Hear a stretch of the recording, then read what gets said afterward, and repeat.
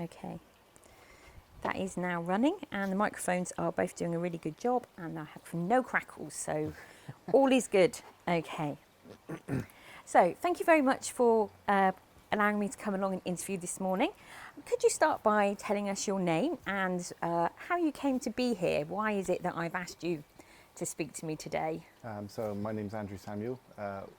You asked me to speak to you because at the beginning of lockdown we created a support group across Taunton that was split down into wards, and then off the back of that we ended up opening a shop and creating a support group for people and kind of coordinating volunteers. Okay. So how did that happen in the first place? How did the big Taunton group form? So this was just before my involvement, but I believe someone called Gabby, I think, and a lady called Natalie Dyson put together it was just a Facebook group to begin with. It was called Coronavirus Community Help Taunton, and it was just, it was one of those things that was just set up to give some people a place to discuss things, and it ballooned to about 12,000 members. At which point it was just like, it was becoming a bit unwieldy, and so they kept that group, but then they decided to break it down into wards, so electoral wards, and I was the first admin on the Wilton and Sherford group. Yeah, that's how it started. Okay. Could you tell us a bit about the Wilton and Sherford area for people that don't know it? Yes, it's quite a nice area. It's quite quiet. It's just behind Vivery Park. Yeah, I don't know what to say, but it's not an enormous amount here. There's a lot of elderly. And that was one of the key things. There's quite a lot of elderly people, particularly up at the Sherford end. They obviously during lockdown couldn't go out. They weren't able. They were told that they had to stay indoors, or they were vulnerable and they were isolating. And so we were just trying to put together a method of them being able to get help, particularly for people who might, have family up country and couldn't get here, or just didn't have any family. And there's also there's a few care homes around, and there's a retirement village nearby. So it's quite a nice little area. It's just sort of sandwiched between Taunton and Troll, somewhere there, and cooking sort of Gamington. Yeah. Thank you. So once your group became that sort of satellite of the larger group, how did you all start to think about how to work it, how to get things running? I don't think we did to begin with, if I'm honest with you. I think we just sort of, we had our Facebook group, and then we created a Facebook Messenger group, and I sort of tried to get other people to volunteer to help. And so I think we had about 5 or 6 people that kind of came on board as other admins of this page, and we were sort of using Messenger Facebook Messenger to discuss things, but it became quite clear that you'll discuss something and it will disappear off of the timeline, and then you forget all about it. So we thought about using WhatsApp, we thought about using Facebook Messenger, but we couldn't hit on anything that was good enough for what we wanted. And on top of that, poor Natalie had somehow her mobile number had got out there, and everyone was phoning her, just constantly, day and night. People were calling her. So I'm an IT consultant by trade, so I've kind of got a knowledge of computers and telephony. So I put together a phone system that the idea was that you'd phone one single number, and then based on automatic time routing, it would send that call off to whoever's on call during that period of time. And then to overcome how do we store that information, we put this really, really off-putting aeroplane. Yeah, it's okay. Sorry. I'll start again in a second. Yeah, it's okay. It often happens. Usually it's somebody mowing the lawn or... Where do you want me to go from? The telephony system. Just start from it. Yeah. So yeah, Natalie was getting phone calls constantly, day and night. So I put together a phone system where you ring into one number, and then based on automated time routing, it goes through to whoever's on call. And to begin with, there were only about 3 of us who were on call, so we were taking big shifts every single day. And we were open from 9 till 9 was our hours, so it was 12 hours a day trying to take calls. But over time, we got more and more people involved in that, and created a little set of call handlers that took the information. And then trying to log that information down became quite a challenge because, again, if you put it onto anything, WhatsApp or Facebook or anything like that, there's no method of keeping control of each call that's coming in. So I'm a developer, like a programmer, so I wrote a piece of software that's just a really simple web-based piece of software that allows the call handlers to log in, and then they can log each call, and then it gets a reference number, and it's all in one place, which means you can then follow that through to the end goal of helping whoever it was. And we would do anything from shopping to prescription to dog walking, anything that anyone needed. We were trying to be there for just to help anyone who needed help. Yeah, so the software helped in an enormous amount, and then we got a man called Andrew Polsford kind of became the volunteer coordinator. It was his job to just coordinate all of these phone calls coming in, and then attaching those phone calls with another set of volunteers who would go out and do stuff. And yeah, it worked quite well, I think. Yeah. Often during these interviews, what I've discovered is that the best thing for these groups to be successful are the people that are involved in them and the sets of skills that they bring along. So your skills are obviously invaluable in being able to organise and to try to ease the burden, although it sounds like initially you were all doing some very long days. Yeah. Well, writing the software as well, I was up, because you don't write software overnight, but in this case I had to. So I was literally for about 3 or 4 days straight just I was getting about 3 or 4 hours sleep a day just trying to get it done, but we did it. And also, yeah, like you say, people like Natalie Dyson, who was sort of integral to all of the startup of it. Her ability to find people was just second to none.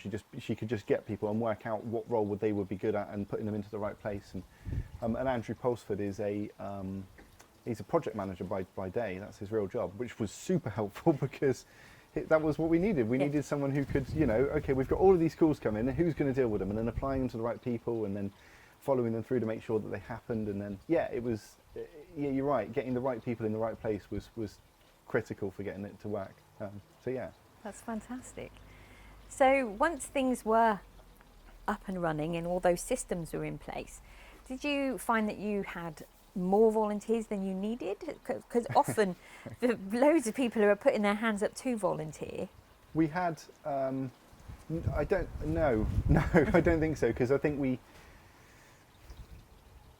wherever someone was able to volunteer, we found a job for them, because we didn't want, apart from one person, bless him, he was very, very keen, but he was less help than we needed. It was causing us issues. But other than that, everyone who came on board had some sort of involvement. We kind of went with the view of many hands make light work. So if people were willing to help, let them. And it also meant that then those people that were volunteering got more downtime, so they don't get burnt out. We were really, really cautious about people getting burnt out too quickly. And I think we managed to get all the way through without that happening. So and towards the end, it started to tail off, but that was inevitable. Yeah. And I think that maybe that's something that when we think about emergencies and volunteering and how to respond to things, that the amount of time that was needed this time, the lockdown was on for so long and the shielding continued for that much longer. It's really important to be mindful about volunteer fatigue and making sure that everybody's okay. Yeah, well, I come from... So I was part of the group that helped to open the brew house, and as part of one of my jobs there, I was volunteer coordinator for the technical department. So I've kind of been through this before in a slightly less enormous way. But again, it is important that through that you learn that it's important not to overwork them, and also to make sure you value them, make sure that they know that they're valued, that it's not wasted time. They need to make sure that they feel like they've done something. It's not okay just to let them get on with it and hope that they'll be okay. It's luckily a skill I've picked up. It's also interesting talking to Andrew Polsford about this. We've had lots and lots of conversations, but One of them was an odd one, which is when the opposite end of the scale, which is when someone doesn't do something that they said they'd do. How do you deal with that? It's a really tricky thing to deal with, like, because in a normal organisation, you know how to deal with that. There are procedures in place. If you ask someone to do a task and they don't, well, we know exactly how to deal with that. But when they're volunteers, it's really tricky because you can't discipline them. You know, they're volunteers. They're trying to help. But at the same time, it comes a point where after a few times of someone not helping, what do you do? It was genuinely a really tricky discussion, and I don't know the answer, if I'm honest with you. It was well, the answer was we did it. We would go out because we couldn't, you know, at the end of the day there was someone who needed the prescription picked up or something. So we just dropped what we were doing and go and do it. But that was frustrating. Seeing the other side of it, which, for all the good that was happening, there was always a little tiny, and it was a tiny bit, but a tiny bit of just frustration. Like, I don't understand why people can't help when they say they would. Just don't offer if you can't do it. But on the whole, most people were brilliant. So. I think that's a really important point, and I think it's probably something that volunteer organisations on a grander scale probably do think about, but for those of us that are sort of on that smaller scale, responding in the moment, it's a harder thing to know exactly how to deal with that. Yeah. As you say, you know, you don't feel like you can tell them off because, you know, they're doing it out of their own time and their own goodness, but you do need to be able to rely on people. Yeah, as I said with the brew house, it's very difficult. If you've got, right at the beginning of the brew house reopening, I remember getting a phone call because one of the technicians that was supposed to be doing the show just hadn't arrived. And so I had to, I was living in Wellington at the time, I had to drive across and sort of come and do the show, which is, I guess, fine. But like you say, then dealing with it's very difficult because I still need that volunteer. So I can't wind them up, I can't get them angry, but at the same time I need to be able to, it's a really difficult line. I found often the best way is just to talk to that person, just say, come on, what's going? I need you. If you can't do it, then that's fine. But I need to know that. Don't offer yourself if you're spreading yourself too thinly. Just talking. I think talking is important. If you don't talk to people, then things build up. Yeah. I think that's probably the perfect way to handle it, really. I think it's the only way. Yeah. It is a tricky one, and I don't, like I say, I don't know the exact answer, but that's how how Andrew and I looked at it. So you mentioned that as part of your response here, you set up a shop. Yeah. So how did that happen? That's not something I've come across in another community. No. So when it's basically, we realised once we got the support group off the ground and that was all kind of running, and we had it in a more of a sort of stable state where we gave Natalie and I a chance just to step back and stop for just a moment. And in that brief moment, we thought it would be a great idea to open a shop. We said that there's no shop in this area, so we thought we would. We thought surely we could create a pop-up shop. We thought, if I'm honest with you, I thought it would be as simple as buying some Cocoa Pops and selling them to people. I didn't think it would be as difficult as it was. But yeah, that's how it started. It was just Natalie phoned me and said, because we discussed it, and then she phoned me and just said, let's do it. Let's just do it. And I kind of went, okay. and then we did. But it wasn't. Yeah, it wasn't as easy as I was expecting it to be. There's a lot of hoops that you have to jump through. I've got a newfound appreciation for people who run, like the people at the top of companies. I didn't quite grasp what they had to deal with, but it's enormous.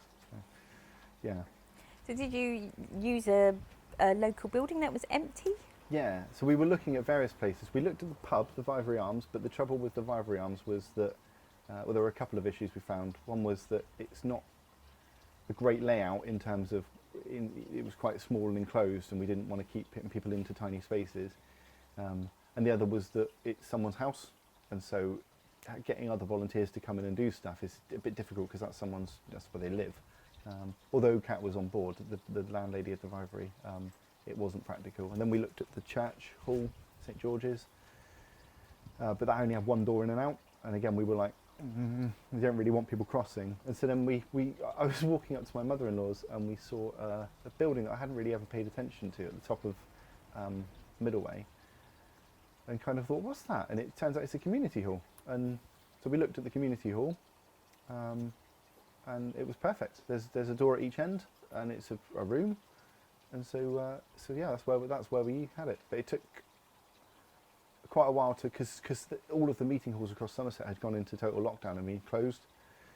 So trying to get that opened again to use it as a meeting hall or a room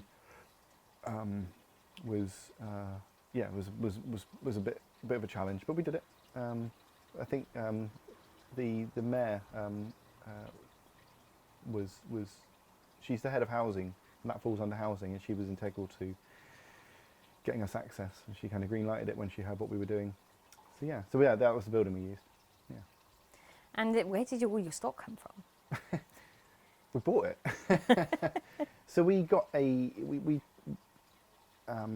got about £2,500 of funding from a couple of different places, and then, which was interesting in itself, because when we wanted to draw those funds and say, brilliant, thank you, we'll use the money, they said, okay, can we have your bank account detail? And we said, yes, fine. And we gave them bank account details, and they were like, oh no, it needs to go to a company. Like, well, we don't have that. So like, well, we'll make a company. Surely that's fine. So we created a community interest company to be able to accept the funds. Sorry, we needed a bank account, company bank account. So we asked Barclays to do a company bank account, and they said, have you got a company number? And we went, no. So we opened a company, and then Barclays waived all of their fees for because of what we were doing, which was nice. And then Albert Goodman, the accountants, they again did all of the work to set the company up for free. So they just got that all running for us, so we didn't have to worry too much about exactly how that happened, which was really helpful. Yeah, and then we could get the money. But of course, then once you've opened a company, suddenly you've got all these obligations that just didn't know we had, like public liability insurance and directors' indemnity insurance, and we had to register as a food business. The list just goes on. Yeah, there were quite a lot of stuff to do with. I'm quite lucky that my father's friend is quite skilled in auditing companies, food companies. So I spoke to him quite a lot, but the things we had to put in place, like making sure we keep a log of all the temperatures of the fridges and freezers, and it has to be logged down and timed, and someone's name has to go against it. Cleaning, I remember saying to him, he asked me about cleaning, and I said, we clean all the time we're cleaning, and I showed him the list of all of our cleaning jobs to do every day, and he said, your word means nothing. I was like, and you had to log it all down, so we had to have to create. But it all sounds small in it. They're tiny bits, but when you add them, they start adding up, and you've suddenly got lots and lots of. Yeah. There was so much work, but we did it. Yeah, so that's how we bought the stock. We got the stock we tried to get it from local places. We used Fenton Farm Eggs, I think they're called, and we used a local potato company, but a lot of it came from Booker's and MJ Baker. Yeah, there were a few places we could. As it went on, we started to realise that going out and getting the stuff was taking a lot of our time. But people like Gundon and Dairy will deliver, so let's use that. That's where we got our stock from. Yeah. So when it was up and running, who staffed the shop? So I've got a friend called Izzy Stockton who runs Stockton Bridal Wear in Bridge Street in Taunton, and also Bride and Bloom next door. Her and her husband do. Her husband's a florist as well. She was obviously shut down and couldn't work, but she lives just behind the building. I thought, this is perfect. So I phoned Izzy and said, this is what we're trying to do, and she came on board as our shop manager. And yeah, so she ran it, and then there's a lady called Jen McLean who, again, is just a really good friend of mine. who came on board as the volunteer coordinator to try and just work out all the shifts and work out who was going to be in the shop. And it was a totally different set of volunteers to the support group. Some of them crossed over, but they were a different set of volunteers. Again, to try and stop people burning out. We didn't want people being call handlers and working in the shop and going out and doing stuff. Yeah, so that's who worked in there. And we had a team of, I can tell you actually, we had 29 volunteers working in the shop. Yeah, that's who worked it. That's really impressive. And was it popular? Was it well used by the community? I happen to have some stats because I had to produce some statistics to one of the people who gave us the money at the beginning. So we were open for 40 days, and in that 40 days we did 1,634 transactions, and we did £12,500 of turnover. We did 81 deliveries, so the shop also ran a delivery service where you could obviously phone up, say what you needed, and we'll drive out and drop the stuff off. So we did 81 of them, and we did 116 card payment collections. So when the support group delivered shopping, we had to find a mechanism of getting the money back to the person who'd done the shopping. And so what we did, because the shop had card readers, we would then, after the shopping's been delivered, we would follow back. I edited the software to be able to deal with this situation. We'd then go out with the card reader, take payment from the person, and then transfer the money back to the volunteers. So there's a little bit of work involved in getting it done, but it made it much smoother. So the shop also did 116 card payment collection. So yeah, it was when we closed, it was quite sad really. There was quite a lot of people who were, really sad that it was going. But it was, as sad as it was, it kind of had to happen. But yes, it was really well liked. And how did you make that decision that the point had come where it was time to close? Well, so because I've got OCD, I took figures every single day from the takings for how many people had come through the door, how much money we'd made, and a load of other stuff. And in truth, just the graph was going down. Both our turnover and our footfall was just going down, and it, as I said, it was inevitable. But that's simply because I think this area is quite robust. It's a relatively affluent area, and people had started to make provisions in how to deal with this themselves. And whereas at the beginning of lockdown, one of the reasons we started to build the shop was because you just couldn't get deliveries from Tesco or Asda or anywhere like that. But they were becoming available, and so people were starting to get deliveries to their house, and we started to see that. So within the figures I kept, I also looked at which department we were making money in, and it was becoming clear that whereas we were selling lots of all of it, we started to become a bit of a convenience store, which is not really why we were there. And it wasn't an easy decision, in fact. So earlier in the running of the store, Natalie stood down as a director to go off and look after other areas of the community because she was involved in quite a lot. And Izzy and Andrew Pulsford became on board with directors with me, and also Ashley Stockton. And so there were four of us, and we sat in meetings trying to work out whether to shut, and it was 50-50 between us. We just couldn't decide because people wanted the shop, but at the same time we were concerned we were going to start going back to work, and who's going to run it, and we're not getting the footfall, we're not getting the money. Yeah, so it wasn't easy, but yeah, it was well loved, and that's the main reason. It was the right time. Sadly, it's a fabulous story though of the response that a community needs, is understanding where there's a gap and responding to that, and all credit to you all that.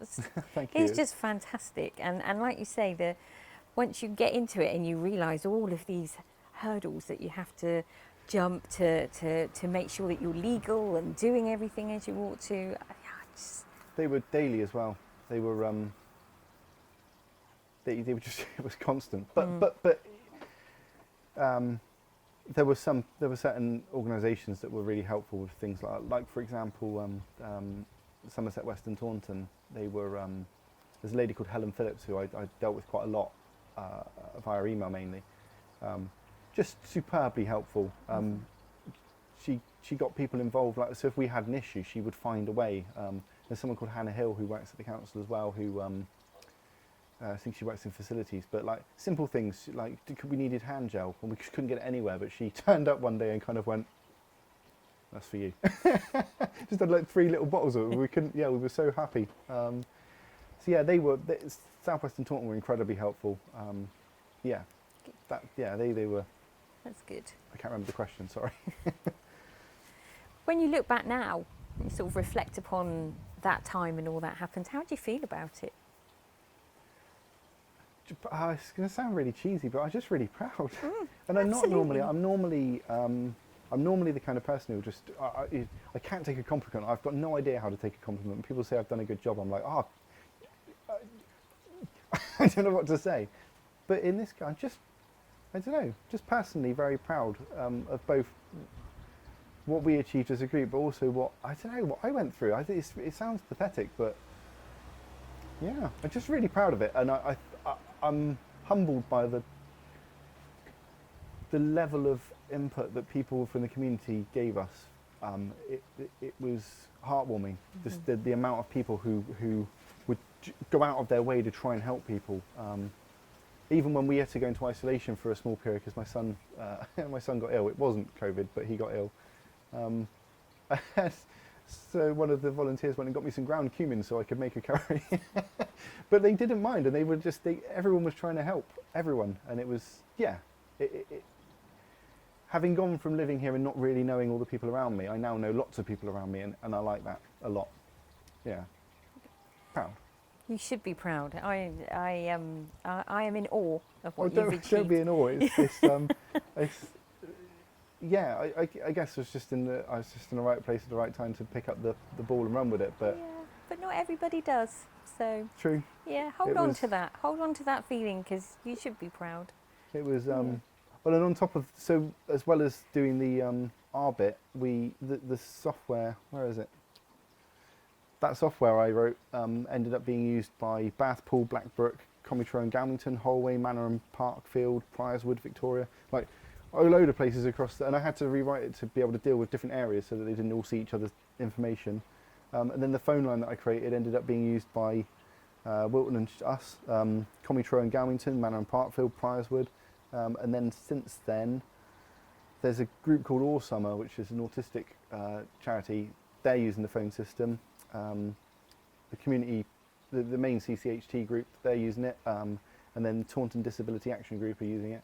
So although the shop closed and although ultimately the support group kind of wound down a bit, we're still kind of going. There's still lots going on. There's a legacy from that.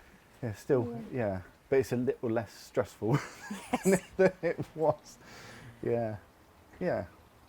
We still, well, I think the software had, across Taunton had about 1,600 calls logged, and 2 of them were logged yesterday. So it's definitely still being used. Still being used. So, that's amazing. Is there anything else that you want to add or to say? I don't know really. I don't know. I guess I'm just thankful for all of the people that helped, and there were a lot of people that helped. There were both individuals and companies. So we had, I did call on people that I knew that like the brew house. I got a till from them and a card reader and stuff. But the Victoria, the pub. What's the pub called? The Vivery. Vivery Arms. The Vivery Arms donated a fridge, and we had I can't think what they're called. There was a refrigeration company in Wellington who donated a freezer. Glider Graphics did all of our genuinely amazing graphics. But they did all of the graphics for the shop, for the support groups, for everything. Just all the people who helped really. There's, as you say, okay, I picked up the ball and ran with it, but it would have been absolutely impossible if it wasn't for the the amazing amount of people and companies who just got involved and donated time, help, anything that they could do, you know, their products, whatever it was that they could give, they did, and that's really what got this going. Although there were a group of us who kind of terrifyingly held on to bits of it to try and keep the raft afloat, it was that lot, and all of the volunteers. It would have been impossible to do without all of those volunteers. And there were some horrific stories that came out of it that just really sad, but it was nice to know we helped. Like one guy who hadn't eaten for over a week because he didn't know what to do. And we leafleted. We copied thousands of leaflets. And yeah, we leafleted everyone's house, so everyone had that phone number. And eventually, this guy rang, and we ended up putting him in touch with the Red Cross and getting them involved, because it was a little more than I think our remit. I think we expanded too far in that, but got him the help. And there was another lady who just couldn't. She phoned up because she didn't have any money. Sorry, that was my watch. Sorry. Okay. There's another lady who phoned up because she didn't have any money, and she needed food, which is horrible. And she had a young family, and you're like, oh, this is heartbreaking. And so we just agreed that we would just go and get the food. And she was like, no, I'll pay you, I'll definitely pay you back. And we were like, honestly, don't pay us back, just sort your family out. But she, bless her, she did phone back a couple of weeks later and said that she'd found some money and paid us. Even though we tried not to take it, she gave us the money. But yeah, there was some pretty tough moments where you find out what people are really going through, and that it's not always okay, and it's tough. But we still, like I say, we still kept the bits of the support group going for people who like that. Yeah. Fantastic. Sorry, I've waffled. No, not at all. It's really interesting to talk to you, and a really unique story. Thank you. It was a lot. Also, aside from anything, you know, all of the stress and all of the late nights and the trying to work things out, that we just having to learn stuff you just don't. I don't know how to do any of this stuff. I'm terrible at paperwork, but having to find a way around it, or at least find someone who knew how to do that. It was a lot of fun. We had a lot of fun doing it. It was, yeah. There was some, for all of those like sad times and stuff, there was some really funny times. Yeah, and it was lovely spending time with, like during a lockdown where no one was allowed out, and we inadvertently made ourselves key workers. But it meant we got to go and spend time with people, and my friends as well, which was nice. Although distanced. Yes. It was, we were keen. So the shop, when you went into the shop, we didn't have, you couldn't just go and pick stuff off of the shelves. It was, we had 4 people working every day. So one person, and whatever job you were doing, you had to stay in that job role so that we didn't move around and touch things. But so when someone came in, there was like a white rectangle on the floor they had to stand in, and then there was like a personal shopper, and they would pick things, and they were the only person who was allowed to touch any of the stuff on the shelves. So they just say, I need this, and they go and collect it all up, and then put it by the till, and the person at the till would bring it through, and then only once they'd paid, then they can collect their stuff and walk out. But there was only one person allowed in at a time, and there was specific areas they had to stand in. And then there was someone outside which job was to just crowd control, I guess, but just talk to people and make sure they're okay and make sure they're keeping their distance outside. And then the last person's job was to deal with all the back of house stuff, like the deliveries and all of that kind of thing. Yeah, that was how we ran it. It was interesting trying to work out how do we fit in with these new guidelines. How are we going to make a shop where people might come in and touch everything? And we looked at obviously Tesco and all the bigger shops, and wasn't for us. We didn't want people coming in, and the whole point of the shop was to stop people being able to to stop them going to the big shops and stop them touching everything. So it made sense, just one person, they're the only person who's allowed to touch things. But working through all of those processes took both time and arguments. I can imagine. Friendly arguments, but nevertheless, strong debates. Yeah. Brilliant. Oh, we also held 2 barbecues. I forgot to tell you that. There's a bloke called Ed Cullen who's Cullen's Catering, works out of Ivory Golf Course.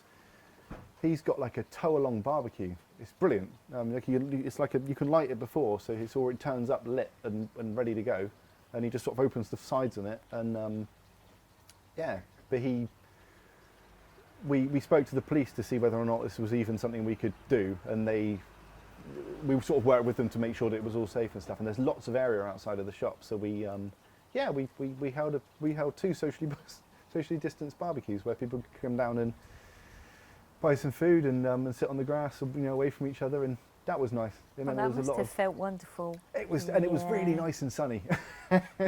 Yeah, it was really lovely. Yeah. So I've forgotten to say about that. He did a really good job, and I think he still does stuff around the area. Right.